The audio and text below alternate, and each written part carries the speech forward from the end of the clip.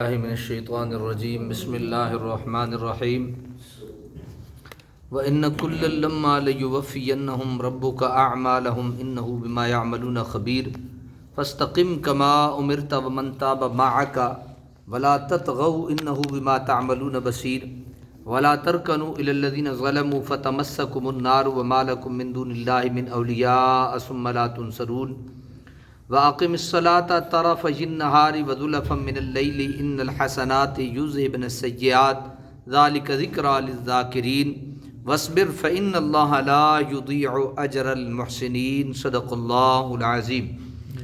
آیت نمبر 110 سے لے کر آیت نمبر 115 تک سورہ ہود ہے اور پارہ 12 ہے۔ پروردگار ارشاد فرماتے ہیں وَإِنَّ كُلًّا لَمَّا لَيُوَفِّيَنَّهُمْ رَبُّكَ أَعْمَالَهُمْ، اور یقیناً ان سب اختلاف کرنے والوں کو پورا پورا بدلہ دے گا انہیں آپ کا رب، اعمالہم ان کے کرتوت کا، انہ بما یعملون خبیر، بے شک اللہ تعالیٰ جو کام وہ کرتے ہیں ان سے خوب آگاہ ہے۔ اللہ تعالیٰ کیا کرے گا؟ پورا پورا انہیں ان کا بدلہ دے گا،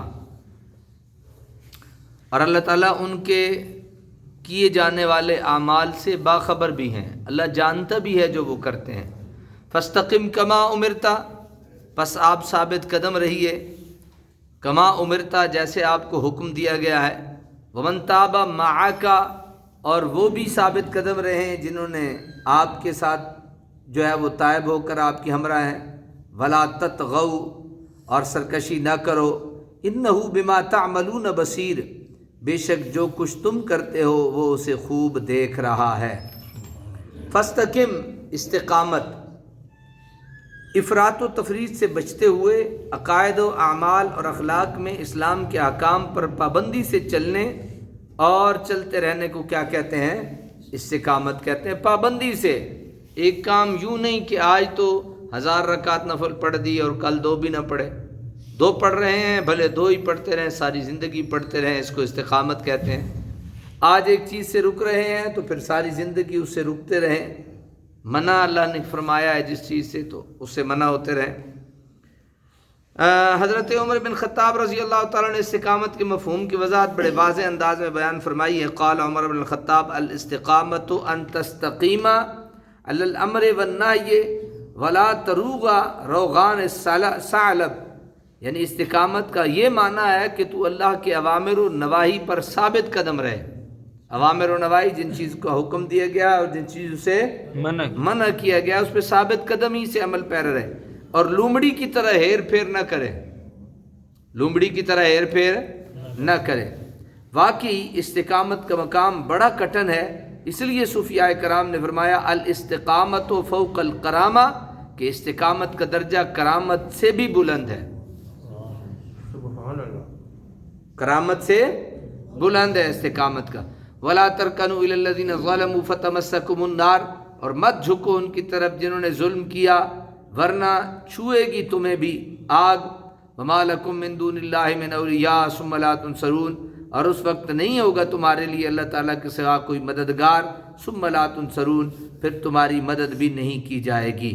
وَأَقِمِ الصَّلَاةَ طَرَفَيِ النَّهَارِ، قائم کیجئے نماز دن کے 2 سروں پر، وَزُلَفًا مِّنَ اللَّيْلِ، اور کچھ رات کے حصوں میں، ان الحسنات یذھبن السیئات، بے شک نیکیاں مٹا دیتی ہیں برائیوں کو، ذالک ذکریٰ للذاکرین، یہ نصیحت ہے نصیحت قبول کرنے والوں کے لیے۔ واصبر فإن اللہ لا یضیع اجر المحسنین، آپ صبر کیجئے، بے شک اللہ تعالیٰ ضائع نہیں کرتا نیکوں کے اجر کو۔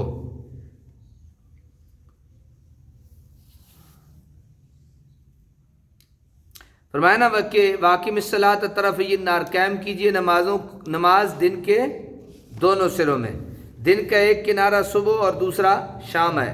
اس آیت میں صبح، مغرب اور عشاء کی نمازوں کا حکم ہے۔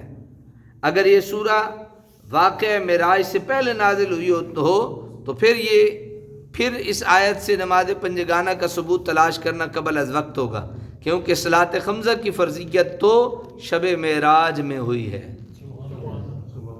سمجھ آ گئی نا جی؟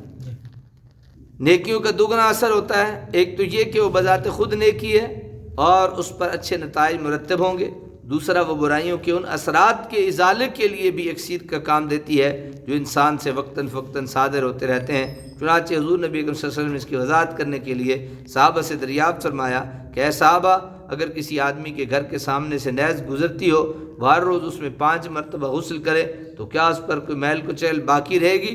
صحابہ نے عرض کیا یا رسول اللہ، وہ تو بالکل پاک ہو جائے گا، اس کے جسم پر میل کا نشان تک باقی نہیں رہے گا۔ حضور نے فرمایا اسی طرح جو آدمی دن میں 5 دفعہ نماز پڑھتا ہے اس کے گناہ بالکل باقی رہتے نہیں۔ اللہ تعالیٰ عمل کی توفیق عطا فرمائے۔